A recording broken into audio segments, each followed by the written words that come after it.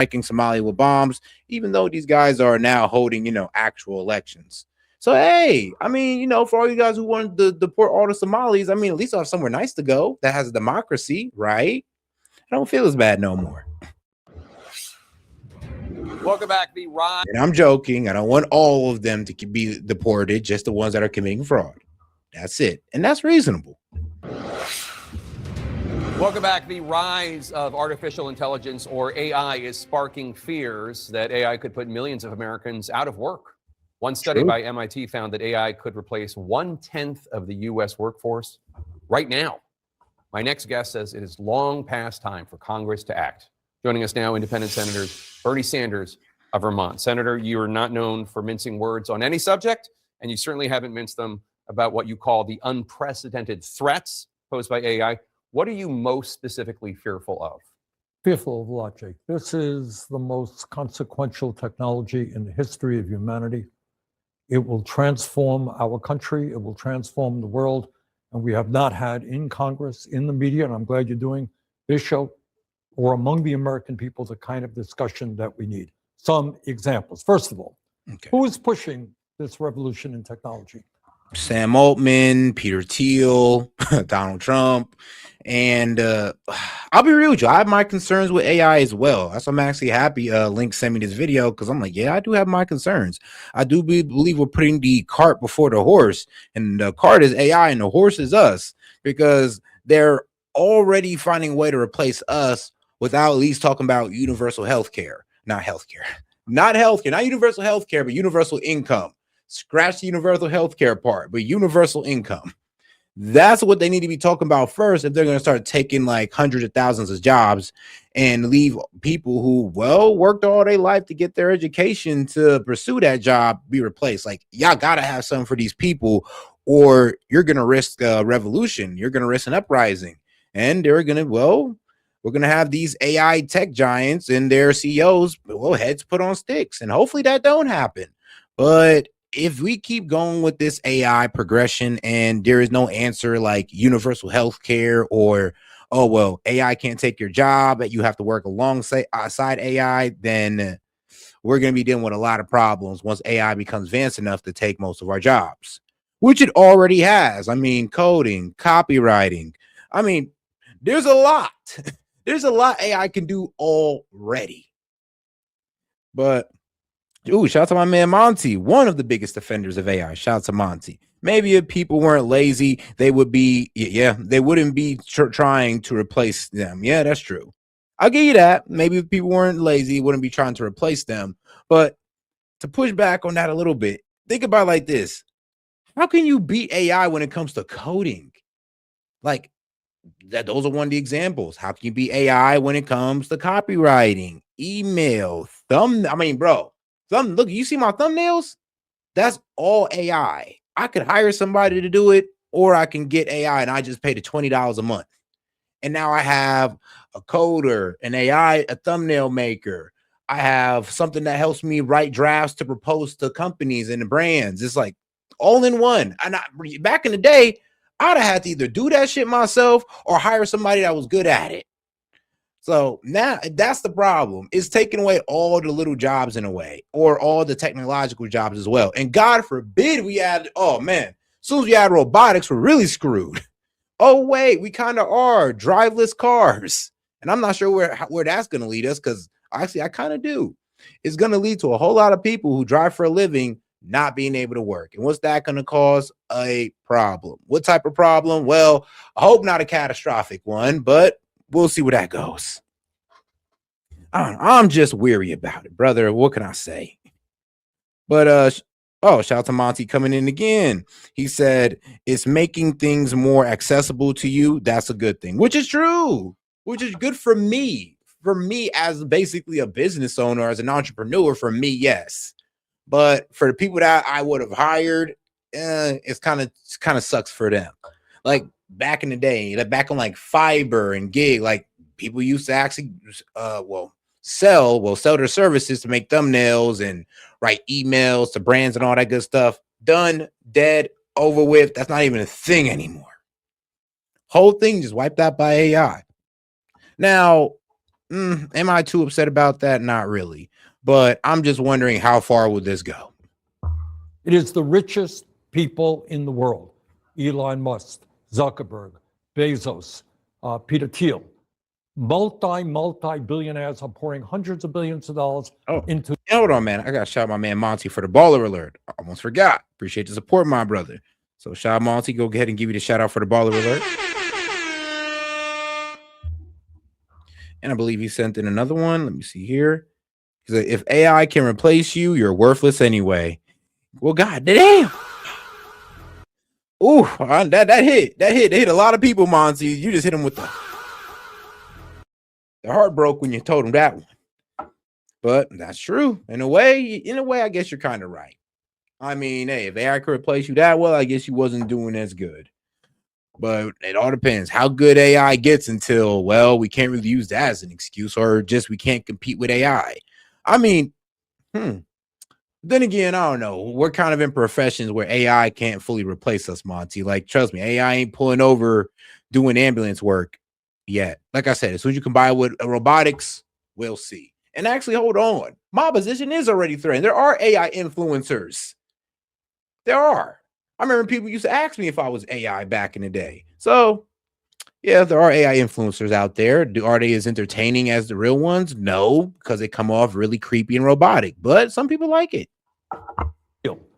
Multi-billionaires are pouring hundreds of billions of dollars into implementing and developing this technology. What is their motive? Do you think they're staying up nights worrying about working people and how this technology will impact those people? They are not.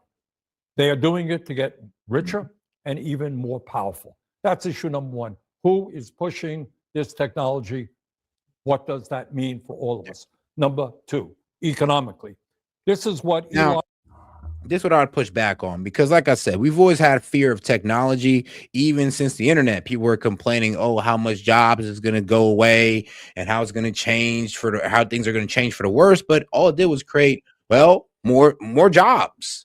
I mean, due to the rise of the internet, coding, web design, all that good stuff, like that was created through the internet. I mean, so we can't sit here and pretend like that can't happen again. The problem is, I would love for somebody to explain to me how that can happen. How can we use AI to create more jobs instead of take jobs? Because we did it with the internet, but can we do the same thing with AI? That is the main question here. Because like I said, with new technology, usually come new jobs. And I don't believe AI is an exception, but we will see. Hopefully it creates more jobs than it takes. Hopefully them data centers, are hiring more people than AI jobs. Well, AI takes. But all right, shout out to my man Monty. He says, there we go. Things would be, that would be a good thing. Think about it on a grand scale. Bernie just wants to argue for human slavery. Nah, for real. Human slavery and, well, in a way, maybe human purpose as well. A lot of people actually like their job. Like, think about it. Like I said, if AI got down to the medical field, and we're talking about people who actually love being a doctor, then I mean, like, damn, then what they gonna do? So, but AI hasn't went that far yet. So we'll see. All I can really say is that AI went far enough to threaten the tech field, and is going far enough to threaten the transportation industry. That's about as the biggest threats to it that it have. And the reason I say tech is because, like I said, it codes better than probably, MIT graduate in tech. So when you're telling me that AI can pretty much beat our best coders, that's a problem. And I mean, why wouldn't you just use an AI engine instead of hiring a coder for $100K a year? I mean, shoot, you can just get ChatGPT for $20 a month. Musk putting hundreds of billions of dollars into the technology. Oh, and shout out to my man Jay Goes Texas. He says AI will vastly increase the wage gap without controls. I mean, like I said, that could happen. And who would be saving? They'd be saving on labor. They'd be the ones making the money. And then unless there's a universal income invoked, a lot of people are going to be screwed. Like, I remember they was talking about it. It was Joe Rogan and Billy Carson, and they was like, throwing around the idea, talking about, well, we probably need like 200,000 per person to make this go well. And shout out my man Monty. He said this should do it. Let me in. All right, bro. I'm about to tag Monty in on this one then. All right, Monty, give me like 5 minutes. I'll go ahead and get that up for you. Well, actually 2 minutes. There we go. They are not. They are doing it to get richer and even more powerful. That's issue number one. Who is pushing this technology? What does that mean for all of us? Number two, economically. This is what Elon Musk, putting hundreds of billions of dollars into the technology, says, quote, AI and robots will replace all jobs. Working will be optional, end quote. Bill Gates. Now, see, that's where Elon Musk, I believe he is I think he's very vociferous about a universal income as well. Because you think about it, you can't replace work without trying to replace the people's income. And if you just leave the people without income and take their job, that's not really going to make them too happy about, the advancement of AI. I mean, you're going to have people start sabotaging AI and destroying data factories if we let that go down. Well, sorry, not data factories, but data centers. Oh, and I went ahead and posted that call. Well, I wasn't posting the StreamYard link. It's in the post tab. So Monty, you can go ahead and come on up.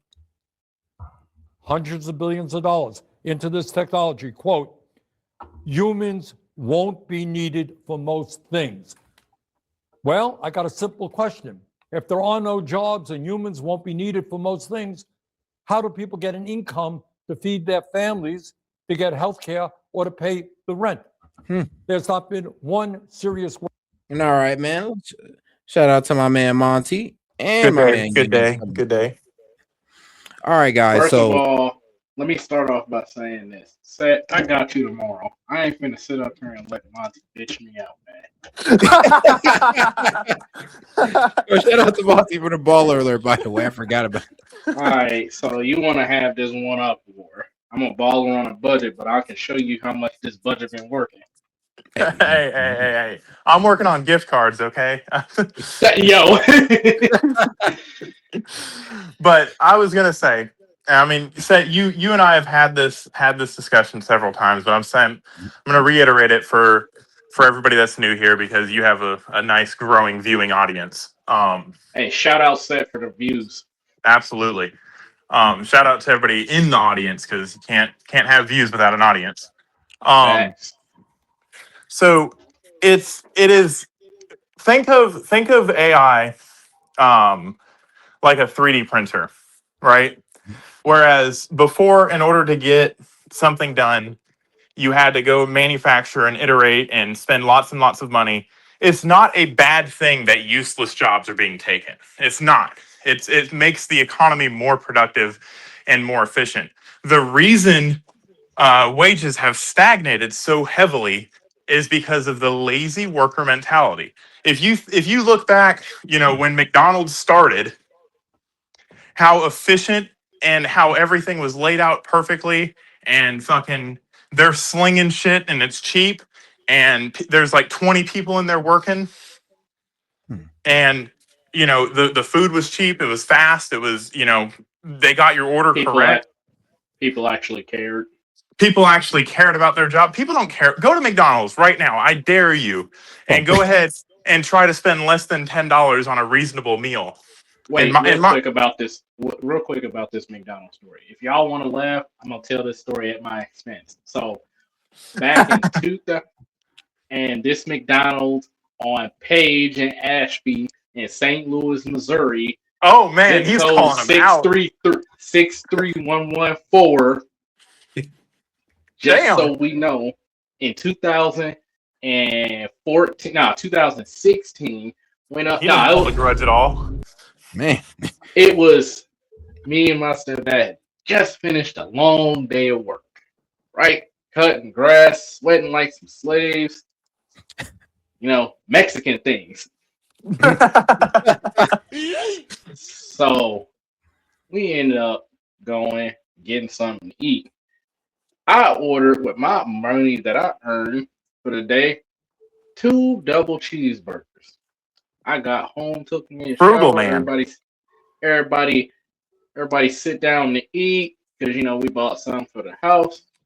These ashy Negroes, these hot didn't Cheeto put the meat on the bun, bro. They put everything but the meat on the bun. They had the lettuce, the pickles, the tomato, the onions. I don't even like pickles. They put pickles on the hoe. They put tomatoes on the joint. They put ketchup, mustard, mayo, and honey mustard on it. Why? Don't even know why there's honey mustard on there. Why? Why? But they forgot the bun. And they not only did it to one sandwich, they did it to both sandwiches. I'm missing 4 pieces of meat on 2 sandwiches, bro.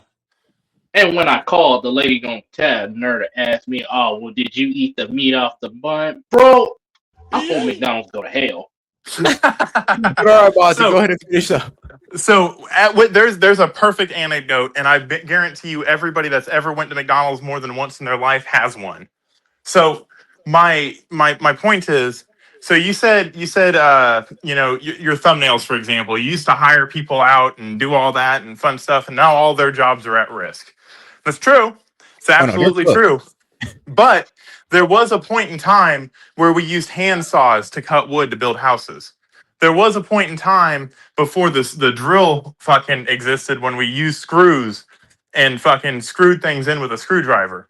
Just because something gets more efficient and gets more accessible does not mean it's a bad thing. Like, if, for example, if you need a ditch dug, it would create more jobs if you gave everybody spoons to dig the ditch with. But I don't think that's really smart. And I think you would agree with me that maybe using the excavator to dig the ditch is smarter. It's not that like the excavator is taking people's jobs away. It's things are getting more advanced and more technological, and we can do things more efficiently. So this argument that AI is going to take everybody's job, if your job can be taken by AI at this stage, your job was worthless anyway. Okay, so I'm gonna have to cut in and disagree with you there because I'm in the tech field, been around it, and work with robots. So I think I can put up a counter argument to that pretty sufficely. So first question that everybody, and this isn't just that I'm asking, this is a lot of people that are sounding the alarm on this, on what we're asking. What qualifies as a useless job? Something that can be replaced by easier effort. Okay, so glad you said that. Did you know that I'm using my trade for example? Yep. People thought HVAC technicians originally had to be hold a special license to work with mercury because they don't have to have that anymore. No, thermostats are all computerized. Okay, yeah. You have, now that we're in the age of technology, we have Nest systems. So to a degree, you now have to learn how to hook it up to the network and set it up. Really, that's creeping into the market for welders. It used to be you had to you had to go to school for welding, work under a journeyman, get your balls busted a little bit to earn your stripes in welding. Now they have automatic sand welders where they dump a bunch of sand in and then they weld, and the sand shields the arc from the oxygen in the air to give the sand's the inert gas essentially. Yeah, and it gives you a perfect weld every single time. Think about the automobile industry that I worked in. It used to be you got your mechanical experience from working at GM, Ford. Now, can I cut you off because I kind of see where this is going. I see what you're saying. But you're getting where I'm going, right? Yeah, absolutely. So, is it better or worse that things are more productive, and 2, usually cheaper because you don't have to hire the welder that has the fancy fucking certification. You don't have to hire the HVAC technician that has a fucking hazardous material endorsement on his license. You don't have to do all of these things. It is more accessible to more people, and in some cases it's cheaper. In other cases, you know, a Nest thermostat is, you know, $300 or $400. So I will follow that. I will follow that up with, in theory, like on paper, when I said a while ago, some things are better on paper than they are in practice. This is one of those things. Because originally the goal was to make production higher, make AI and technology work with the skilled laborer rather than against them. But now companies have noticed that if I can get this level of production out of a machine and I don't have to pay them, I just have to account for the maintenance fees and the specialized personnel that need to come in and service it every once in a while. I can get the same if not better, bang for my buck from this machine Exactly. Yes. versus now. It sounds good. However, this puts the personnel, at a disadvantage. This is why I asked, what counts as a useless position? Because you still need a technician in HVAC to learn how to hook up a system and pump it to the correct amount of refrigerant to get the cooling. You still Until need a skill. until You need until something comes along that replaces that as well. right. So the whole useless job thing, it doesn't really hold water So your because job's not useless at that point. My statement was, if your job can be replaced by AI right now in its infancy today, your job was useless. so do you Okay, so consider IT technicians useless? If so, at one point in time when we fucking put railroad spikes down, we had to have two men hammering them in. Now we have a fucking machine that does it, that gets rid of those two jobs. Is that better or is that worse? So it's not that they started their job in a useless field. Their job has become obsolete, and it is now so useless. So how does this help the here's American? one. Oh, okay, go for it. So No. So, and I just learned this. So with that, what do you consider with entry level jobs? Because there are now restaurants that are incorporating Yep. AI robotic fryers Yep. and are looking to go through their entire kitchen that way, which takes away entry level positions for high schoolers that are It trying takes that. away entry level positions that make $20 an hour and make people like me who fucking work their way up from $7 an hour to $20 an hour completely fucking useless.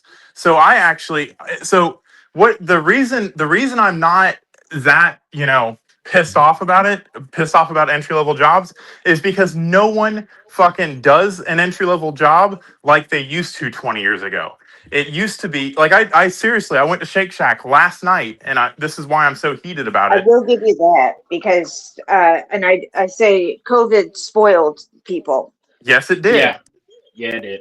I ain't even gonna It but lie. heavily spoiled it people. also showed a gap in the market that is being taken over right now. And I don't think, like, if you can be replaced by an electronic fryer, no one would have put the effort into developing that electronic fryer if they didn't see a hole in the marketplace, i.e., the lazy 17-year-old pimple-faced kid that fucking makes Dang, bro, $21 an hour that fucking fucks up the fryer. They wouldn't have, this this they sounds wouldn't. specific, bro. No, Well, it's not, specific. I unfortunately, was the lazy 21, the lazy 17-year-old kid. I'm speaking of myself. All right, guys, hold on, So hold on. Now, I do got to cut in a little bit because I do want to make sure we get back to the video. So I'm going yeah. to play about 3 to 5 minutes of it, and I want y'all thoughts on it. All right. Excuse me. All right. Word of discussion in the Congress about that reality. Issue number 3. Studies out there tell us what we all know to be true. Young people now are spending an enormous amount of time with AI. There are kids who are now getting most of their emotional support from AI. Yeah. If this Yep. trend continues, what does it mean over the years when people are not getting their support, their interaction from other human beings, but from a machine? What does that mean to humanity? It means that, hold on, can I pause it? Go ahead. Yeah, answer that one. It means that humanity has failed, and now a fucking kid sees a robot as more relatable than his parents. That again, if yeah, you can make yourself replaceable, you're not doing a good enough job. Yeah, if Period. you there replace is, Period. your parents with yeah, an AI chatbot, that is depressing. First of there, all, But if yeah, but you that have there are kid to, made that people. decision. That kid made that decision knowing everything he knows. It's not like this is all happening in a vacuum and Oh no, someone's, you know, this is there this is, is because parents, I mean, in this specific case, parents are not doing the job well enough. Your Mhm. friends are being bullies. Your cohorts and stuff are all assholes. And so now you think it's easier to talk to. I talk to Grok all the time. I'll run through case scenarios and stuff because it is a lot easier to get quick feedback, non-judging feedback, and I can have a private conversation where if I say, "Oh, I'm thinking about doing this," it's not broadcast all over fucking gossip town. So so yeah, here's so but here, here's the issue with that. what COVID did, it taught people how to disassociate and rely Yep. more on machine rather than man. And the problem with that, and this is why I say you have a lot of people in the tech field, including me, who are saying like, "Nah, this is a dark road we're going down," because now you're choosing to get a quick answer, and there are some answers, in terms of replacing your parents with AI. That's not a good thing at all. In fact, it's kind of bad. Not even kind of bad. It is bad because It's really bad. there are some things in life that a machine will never be able to fully tell you, because a human input requires that experience and dynamic thinking. And as So good as we can make AI, So, it can so never by be that as by that dynamic line of as a human. thinking, by that line of thinking, we should have never had computers. We should have never had cars. We should have never had planes because it could have never happened. It'll never That's happen. kind of a false equivalency, because No, it these is. things hold up, these things were made to be extensions, not to be replacement. substitutes. Yeah. And there is I can't remember which one it is, but there is an actor who actually was boasting how he's been using ChatGPT to raise his kid, like from I birth. heard about that. Yes. I watched the interview and I can't remember his name, and he's not the only one. I've heard of others doing the same thing. So when you start going into that, not only did COVID teach people to disassociate, but now you're doing more to destroy your family and your So community, why and is it then destroying your family? Why would it be destroying your family? You're I should assuming that it's going to be destroying your family because you're that's it. When you're using ChatGPT to raise your kids, you're taking yourself out of the equation. no, you're not. How are you taking you so you can still make the decision on whether or not you want to follow what ChatGPT says or not? If Well, when Well, you ChatGPT's remove the hold when on. you If ChatGPT says light your kids on fire, do you really think he's that fucking okay, stupid now you're that he speaking. there are You're some people going. that are actually that stupid. Yes, there are. Well, And you should look into some of the true then they should crime be out of the videos. gene pool anyway? Well, all right. Now, I but will admit though, it is a bit. I would say this is a bit weird how you got to ask AI to take your kid to the park, or like I don't know. What is he It's even not like that. asking? He's What is talking he about asking? parent recommendations like, hey, should I feed my kid water at 6 months old? The answer is no, you should not because of water toxicity. I wouldn't no. mind. All right, because we'd have to get a little bit more into it. Because like, what type of questions is he I'll have to asking? look it up. They're All right, yeah, equivocating. They're like equivocating all decisions are made by a robot with the fact that there's a human in between the robot and the kid that is going to take that information in and decide, am I going to do this or am I not going to do this? He's not just going to blindly say, oh, robot said feed them dog food. Okay, dog food good for you. He, all right, but let's he go ahead and get right legitimately, back to it. All right, yeah, let's get right back to it. Last but not least, I did a symposium at Georgetown with Jeffrey Hinton.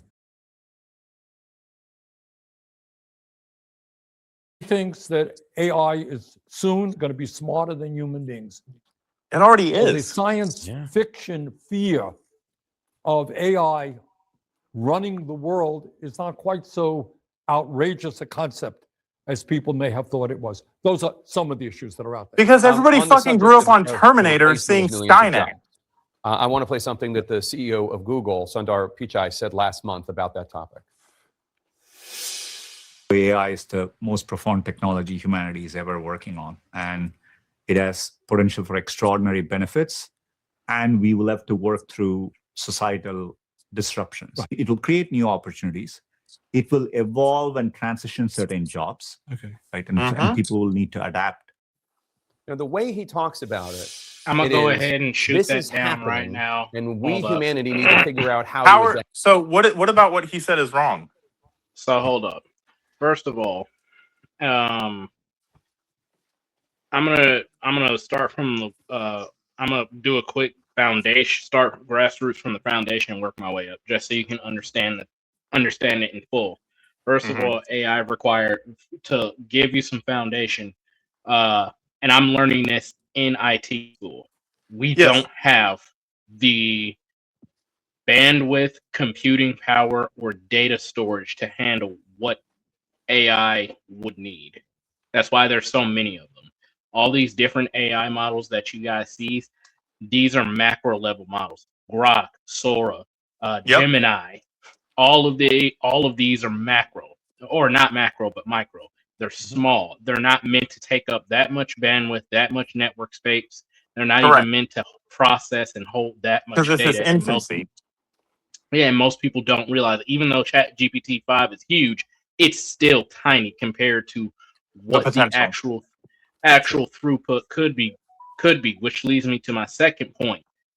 The whole data thing. Data is a huge topic in IT and in the tech field and in networking in its entirety. We do not have the capability on even China and Russia. People say, oh, well, China is beating us out in AI. Dude, they're struggling right now. They are struggling. There's too much data to save. Too much of it is being corrupted. And on top of that, when you have corrupted data, you have what's called data-borne malware packets that start to form. So most of that stuff ends up coming about just by the sheer volume. And there's not enough people to deal with that issue alone. Yep. Then you factor in the data centers. All data centers are filthy. They run disgusting. And when I say that, most people are like, what do you mean? They run off of electricity. Let me explain you something. Just to keep a simple server stack, let's say you have like 10 server stacks, you need the room that you have those server stacks to be in. You have to have that room at least 50 degrees cooler than the surrounding space, which means that you have to specially and purposely build that room to be it's as hot inside those data insulated. centers. Dude, one server stack can heat up a room up to 80 degrees. Now, guys. Remember where we have come from to where we are going. That we're looking at this as a sliver in time, which is what it is, and saying this is how it's always going to be. Again, the first IBM computer took up the size of a house, and now you can get 10 times the fucking computing power on a thumb drive.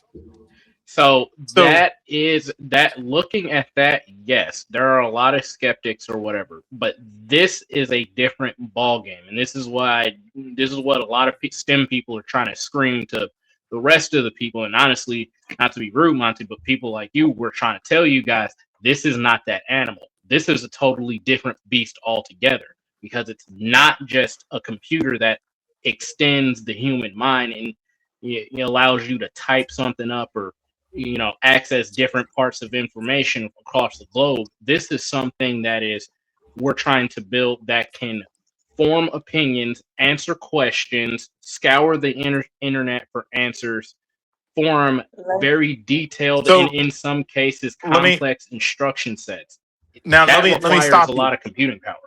Okay, and that same computing power is sitting between every one of our ears. It's not enough. No. It's not enough. So to get AI to the point where it can scour the internet and make decisions, think, and have opinions would require a piece of technology no bigger than both of your fists. That's actually where you're wrong. So think about it like this. Right now I'm wrong. I want you to think about something. How many years did it take them to come out with 5G? 5G. So from 4G to 5G was 11 years, I think. It was like 2012. 2012 is when 4G became broadband, and you had your long-term evolution. That's what LT stands for all you guys in the back. Long-term evolution. Most people don't know that. And G just means generation. Yep. So your fourth G was designed to take that long. It was designed to be the fix until 5G came out. 3G, we were just dipping our toes in the water, and then 4G was like, okay, we need something bigger, but we're going to create something that can sustain most of humanity projections, and it did work. It did work. So quick question. Now, with that baseline, Do you know what the main issue with 5G and 6G is?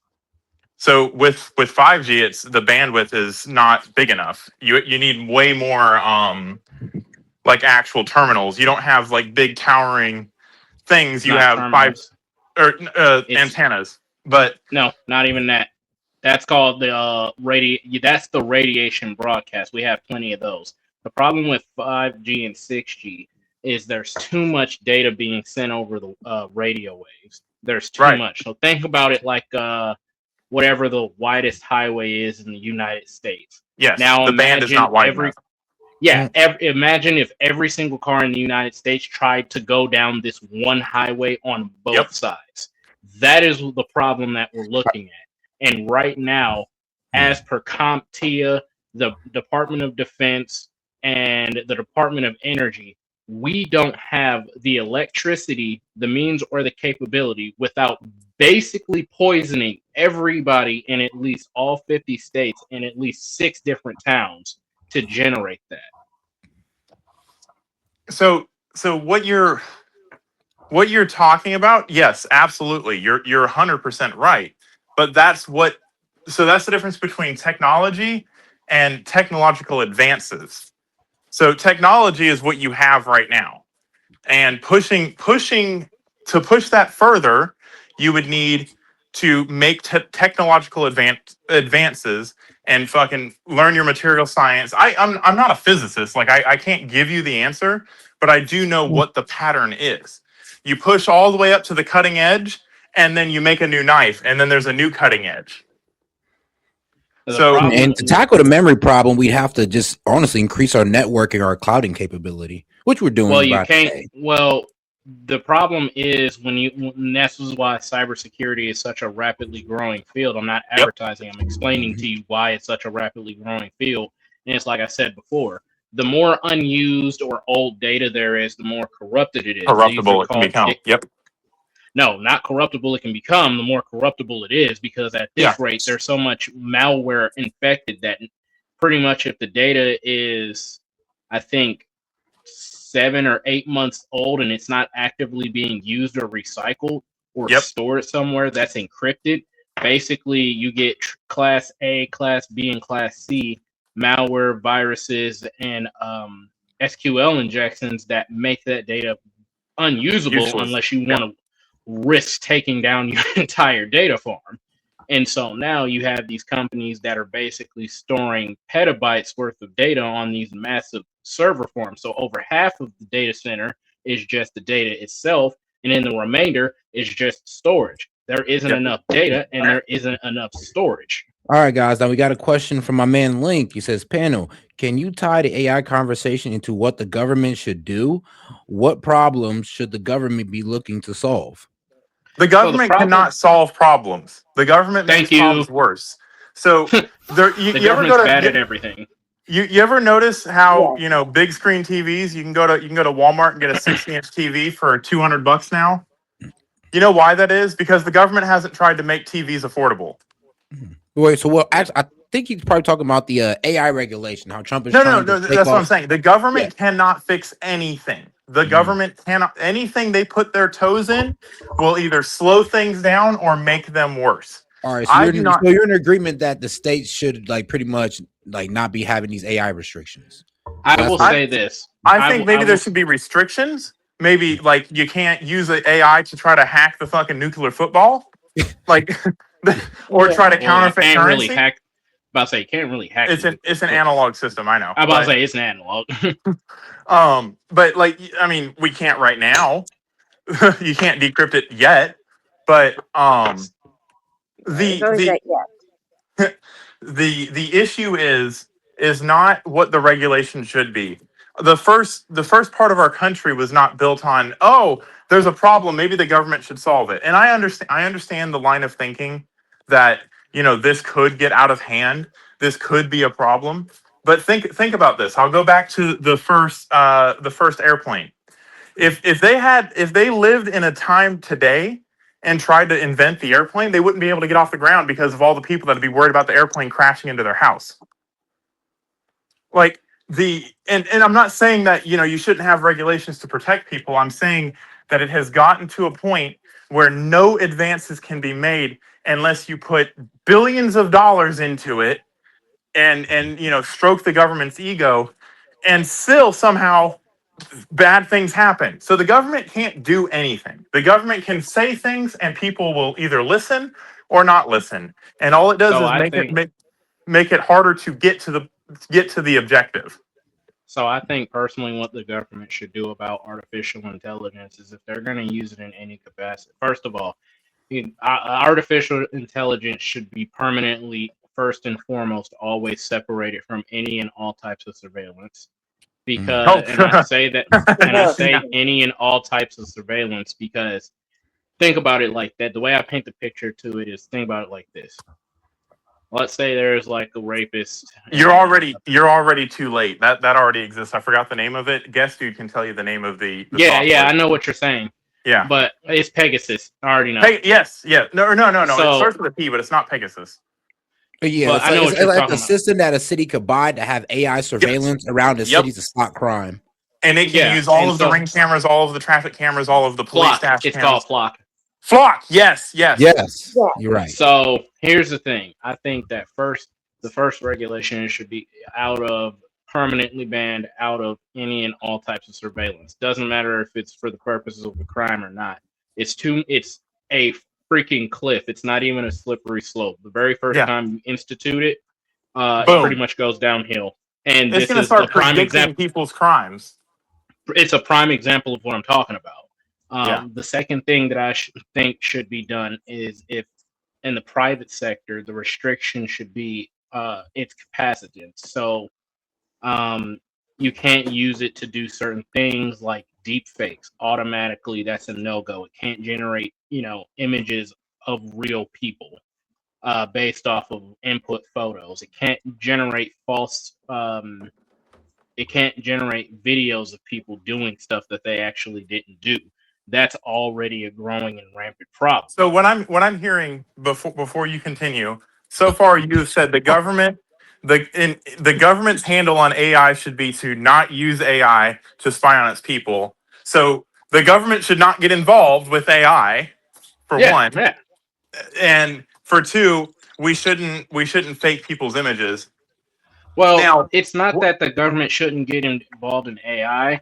The government should not be allowed to use AI, but they should be able to restrict how far and what type of things it can do. And it'd be irresponsible for me to say, well, just let the private sector handle it, and we'll see where it goes from there. Because every time we let Yeah. too few people with a lot of power do things, you end up with things like slavery and the beginning of the Industrial Revolution, where they don't care how or what happens so long as they can turn a buck. At the same time, I don't believe that government should be involved in everything. Need I mhm. say more? Cough, cough, USSR, Mao Zedong, Joseph Stalin, freaking Hitler, Che Guevara. I mean, the list goes on. So there So needs to be a medium. right. And like obviously there needs to be a medium. It shouldn't be the Wild West. Like we're living in the Wild West age of the technology right now where no one knows what to do with it, no one knows how to handle it, no one knows what you can and can't do, what the capabilities are. They can only theorize about it. So, So let me answer Link's question like this. I think what the United States, the American government in particular, should do is they should have AI, artificial intelligence, limited down to be like how the Google Assistant is, a tool.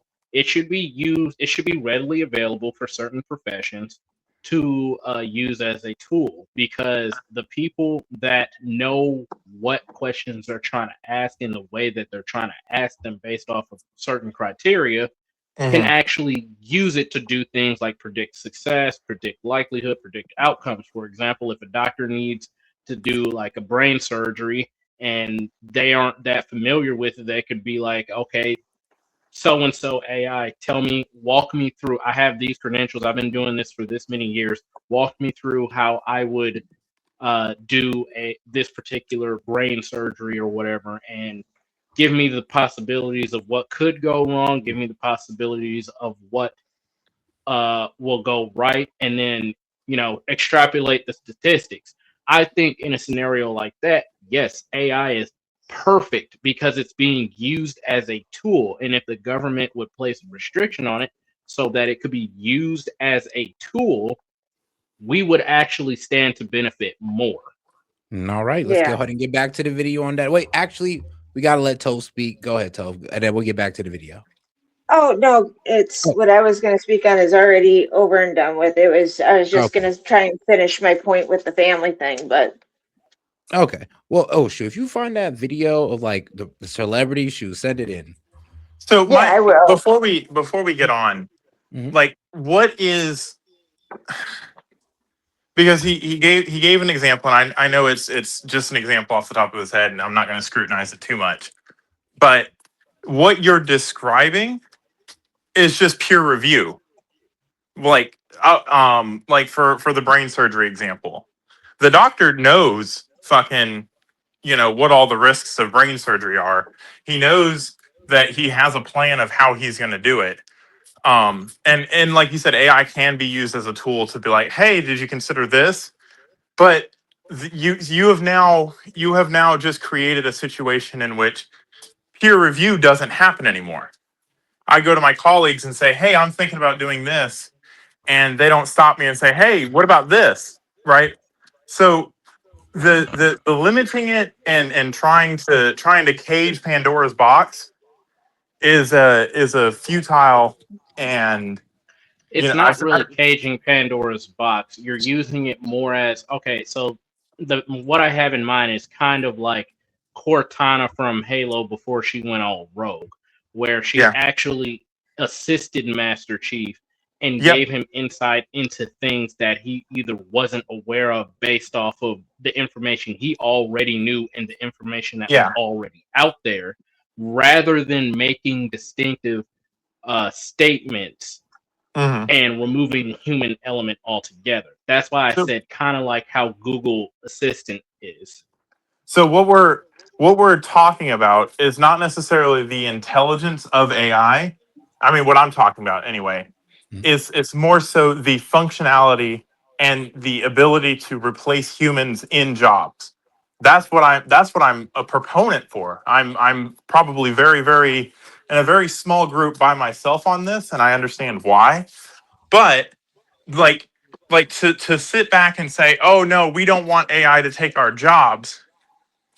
Like, before, like you have the R2 fuck you robot. It's not actually R2 fuck you, but it's the police robot that can go into hostage situations where a police officer would put their life at risk.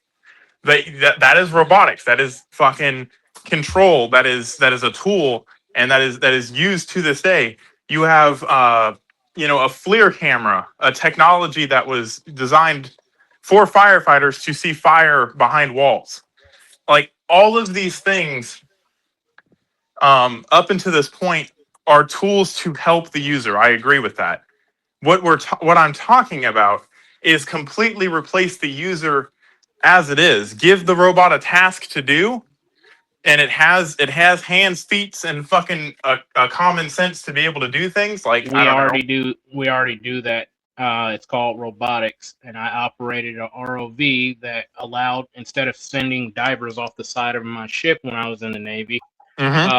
and now we have a remote operated vehicle Yep. that has all the sensors and everything that we send it down to do, but there's still a human input. So Right. if you're talking, so based off of what you're saying, we already have that, and it's called And I'm saying expand that. We're not. I'm not talking about AI as in how deep something can think and how many opinions it can form. I don't want AI to have opinions. I don't want AI to have taste. I want AI to fill a role.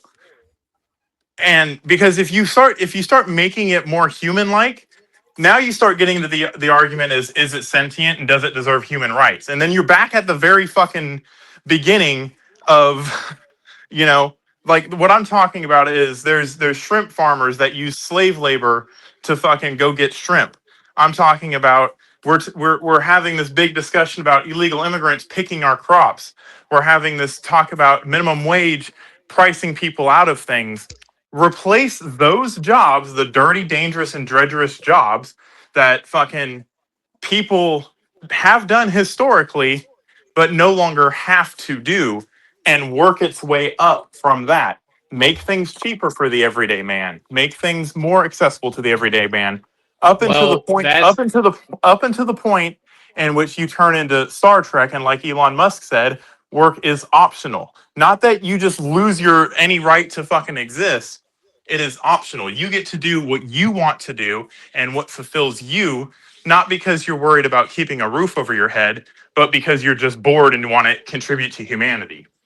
so the problem with that, and I think we had another conversation with Sid kind of around the same subject, and I've always said this: history repeats itself for a reason. We all learn from it. Whenever Mhm. you're leaving in that type of scenario, you're leaving the power, whether you realize it or not, in the hands of a powerful few to make good decisions. And as we've seen, they have made absolutely anything but good decisions, with the exception of a select few. So at what point do we advance as a species? Do we just stay in the fucking stone age, so to say, forever because we're always afraid that a couple people are going to come along and try to kill everybody? Or or do we push technology and fucking put it in the hands of the right people? It depends on it. It would depend on its purpose. You can't just advance technology without a realistic purpose in mind. I disagree. I say if you don't have a roadmap in front of you on how to handle it, technology is gonna fucking advance whether you want it to or not. People are going to develop things. It's like playing a game of whack-a-mole, and if you say, "Oh, you can't do that," it's going to drive people to do it even harder. So, Well, the reason why I said it's purpose driven, advancement is purpose driven, is think about the nuclear bomb. We didn't really have a purpose to even be learning that, but people were concerned about winning a war over ideology. And the United States, of course, did what it did: develop two bombs and then unleash the sun on a poor country that now makes anime. Purpose driven. When right, I Ford mean, there start was a hole in the Ford, market, and they needed it. it wasn't, well, that's not really a hole that needed to be filled. We just kind of made that a thing. All right, Yeah, guys. I Now, mean, before we get too far in this, let's try to get back to the video. And it's about 5 more minutes in, so we'll go ahead and let it finish out, and then I'll bring you guys back in for commentary. sweet. All right. Gap to it. Right? While they make huge amounts of money. Yeah. Well, I think one of the things I think we need to do, and right now, among many other things, we're seeing data centers sprouting all over the country, raising electric bills for people in the communities, etc. Now that he's not lying about. The data centers are raising electricity in certain areas. That's why a lot of people are protesting these data centers. And Trump has already came up with a solution that these data centers need to start producing their own energy. Yep. Either to Yeah. have their own little Easy, mini easy reactor. fix, easy Yep. fix to a problem that everybody else is bitching about. They would rather halt the technology than come up with a solution to make everybody happy. That is totalitarianism, and you're holding something hostage because you don't want your electricity bill. Maybe come up with, instead of bitching about a problem, come up with a solution. Yep. And that It's was not the solution. It's not totalitarianism if the people in a constitutional republic society are using their constitutional republic rights to say we don't want this. You If don't want. that's just the market, and like it or not, I don't care what you have to say behind this. That's the market. If people don't like something and they're protesting it and they choose not to buy it, that ain't But totalitarianism. That's they're a just the loud market speaking. minority. They are a loud minority. Just because you see them Nah, on they're TV, they are absolutely a loud minority. There are Absolutely. a lot of people who don't really like data centers being in their backyard for the same reason there are a lot of people that don't like oil rigs and drilling facilities and nuclear power plants in their backyard. We said the Because they're same thing. ignorant. They are. Yes, you're right. We We had said a. the same thing about them, but then look what happened with BP. Look what happened with Flint. I mean, these are valid points. What? You I can't mean, call them a loud and wrong minority, and they have valid concerns with real world ramifications. so instead of bitching about a problem, try to be a fucking a good neighbor and be like, hey, here's a solution. It's what Trump did. Sometimes, sometimes some problems do not have a solution. Every problem has a solution. That's a mathematical inaccuracy that you did. Every problem has a solution. Then solve the 3-body problem. Oh, fuck you. That's a fake problem. Okay, That's not a real problem. That is a real problem because it's found in nature. If every problem has a solution, you should have a solution to the 3-body problem. And try as they might, no physicist has solved it, even though it's a real and legitimate problem. In just the way that that problem doesn't have a solution, there are simply some problems that do not have a solution. They don't have a known solution. There's a difference. Mathematically, every problem has a solution. Period. Like mathematically, they all have a solution. Just because we're not smart enough to know what the solution is yet, does not mean there's not a solution. And we're not talking about the 3-body problem. Who suffers? So who? I did that just to like trigger you, rage bait. It was a good one. You brought up a good point, and I had to adjust what I was saying. But again, the 3-body problem is not something that is confronting the everyday man right now. So, all right, guys. So I do have a question. That's the 3-body problem. What is the 3-body problem? I can explain that. So the 3-body problem is basically, let's say in a system of orbiting objects, it states that only 2 objects can maintain a stable orbit about their central point of rotation. So like, let's say you have 2 stars and they both have relatively similar gravitational pulls. The center point between 2 stars is how they stay balanced. In the event that there is a third, not star, celestial body. This could be a black hole. This could be a rogue planet. This could be a neutron star even. In the event that you introduce a 3-bodied, hence the name, system is born, then according to the way the math works out, every time over a certain period of time, the system destroys itself because it's not a stable system. And all right, let's go ahead and but we're not dealing with a 3-body problem. We live in the perfect fucking solar system right now. All right, but let's go ahead and get right back into it, guys. I think we need to be thinking seriously about a moratorium on these data centers. Frankly, I think you got to slow this process down. It's not good enough for the oligarchs to tell us it's coming, you adapt. What are they talking about? They're going to guarantee health care to all people? No, what are they bitch. gonna do when people have no jobs? What are they going to do? Make housing free? So I think we need to take a deep breath, and I think we need to slow this thing down. One way to do it would probably be a moratorium on data centers. So more government regulation, more fucking old ass senators that can't even fucking spell data center, fucking controlling things that they have no idea what they're talking about. You know, like, oh, can Facebook spy on me, Mr. Zuckerberg? More of that. That's what we need. More government inefficiency. That's not even solving the problem that they're even presenting.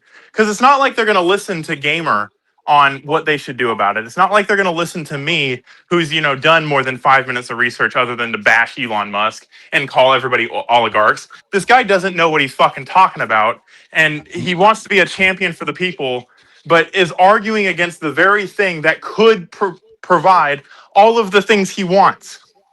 All right. Now, hold on. Let's go ahead and get back into it, and let's let the video play out. All right. That just fucking Bernie Sanders irks me. Bernie Sanders reminds me of Sid. Bro, don't bring Sid up. He gonna spawn in. He's gonna spawn. Entrepreneurship let's and not do that. innovation. Well, I look at it a little bit differently. And I think as a nation, as a world, we have got to do it. Is technology bad? Of course it's not. There are good aspects, bad aspects. The function of technology must be to improve life for human beings, not make Musk and Zuckerberg and Bezos even richer than they are. So you're just crying because you're not smart enough to do it. If technology is going to radically improve worker productivity, are we going to reduce the work week substantially, making sure that workers continue to get the same pay? Right. If workers are thrown out on the street, how are they going to have health care? Hold up real quick. Obviously. That's I just want to. I want to guaranteed say for the open record, as a Go ahead. All right. for the record, before Elon Musk and Mark Zuckerberg started kissing Trump's ass, he was all up in their fucking panties about AI and robotics. So this is an illegitimate argument. It's a disingenuous argument. He doesn't know what he's talking about. All he's doing is fucking speaking for his fat cats that give him money. So Mm. any point that he brings up, you need to scrutinize because it is coming from a place of I don't like these particular people. Not I don't want this technology to exist because if fucking someone from Blue Sky were creating the fucking technology, he would be fucking all for it. And you would hear him you would hear him saying the same things right now that I'm saying. All right. human right, etc. Sorry. So you talked good. about a moratorium on these new data centers. Yeah. What are some of the other recommendations you want Congress to take as soon as possible? I think we need to vigorously study the impact that AI is having on the mental health of our country. Kids That's now, a valid point. I mean, No, it's not because among other if he things. cared that much about it, he would have talked about cell phones. I mean, There are other people that are also saying we should look at the mental ramifications of all this stuff that we're pushing out in terms of AI and robotics. This has been a conversation, and I mean this in the most respectful way, Monty. You're a medic, not in the STEM field like I am. These are conversations in the chatter that happen below the waves that a lot of times y'all don't hear. And well, we I would say- should be studying the impact on people as we But advance stuff. that's not what I'm saying. I understand what you're saying, and I agree with what you're saying. He is Oh, not okay. saying he is being disingenuous. That's what disingenuous means. He'll take a fucking point he knows nothing about and broadcast it, not because he cares about the mental health of people, but because he cares about political points. Okay, I can give you that because if he really cared about kids' mental health, he would go across the board with phones and AI. Like you got to include Set. everything Yeah. because those are both factors. Set. Making it more about Somebody, his pocketbook. I am Gold Bear said, check my last comment. Oh, but Let's see what that's what I'm debauchery saying. he posted. So I think I live in a world where I think most people are good. Most people have at least a selfish reason for doing things, you know? Like but the selfish reason, most people do not want to self-sabotage. Most people do not want to fucking take over the world and be an all because he keeps referring to them as oligarchs. Oligarchs is a term that we use for Russian fucking oil tycoons that run the government. That's what he's sowing those seeds of hatred for these people, not for the technology. He's being disingenuous. But let's let him land the plane and let's see where he lands with this. Because I do He's gonna agree. land in the fucking field in Pennsylvania is where he's gonna land because he's a terrorist. All right, let's keep it going. Kids can't read books anymore. It's too hard. Their attention span is too weak. So what we need to do is, I worry very much about kids spending their entire days getting emotional support. So we have got to take a hard look on that. And if we conclude that these technologies are creating more isolation, more loneliness, more mental illness, you know what? We got to figure out a way to stop it. So the president just blocked Right. states from taking on any sort of AI regulation. Right. Meanwhile, Congress hasn't done anything. I mean, you are trying. Senator Hawley and Senator Britt on the other side of the aisle are trying, but there doesn't seem to be much of an appetite. Is that because, do you think, these AI technologies, the companies are so wealthy and affecting the willingness of legislators to do their job? That's a very important Wow. Look, Elon Musk himself contributed over $270 million to elect Donald Trump, the president. These Did guys he? have now come up with their super PACs to try to make sure that there is no regulation. Oh, So, so yeah, what they is are it? very, So what very is it? What is it? Hold What on. is it? entity. What is it when Hold on, Jeff let him cook. Bezos? One of Let the him cook. reasons why Congress has not been responding effectively. Some Republican lawmakers, as I mentioned, Hawley and Britt, open to regulating. Others seem wary of any sort of involvement in this technology. Do you think ultimately that there will be a bipartisan majority willing to take any sort of action? Well, any sort of action is a big, what does that Any mean? sort of legitimate action? Significant action. Yeah. I don't know. Look, you are, again, this technology is not being pushed by mom and pop store owners. It is being pushed by the wealthiest handful of the wealthiest and most powerful people on earth. Can they be stopped? I don't know. But that raises a broader issue, the future of democracy, because it's not Oh my just God. AI and technology. These guys have unbelievable wealth, unbelievable power. What does that mean to the future of democracy? That's another great question that we're going to end 2025 wondering about. And Senator Bernie Sanders, we always love having you. Thank you so much for sharing your thoughts.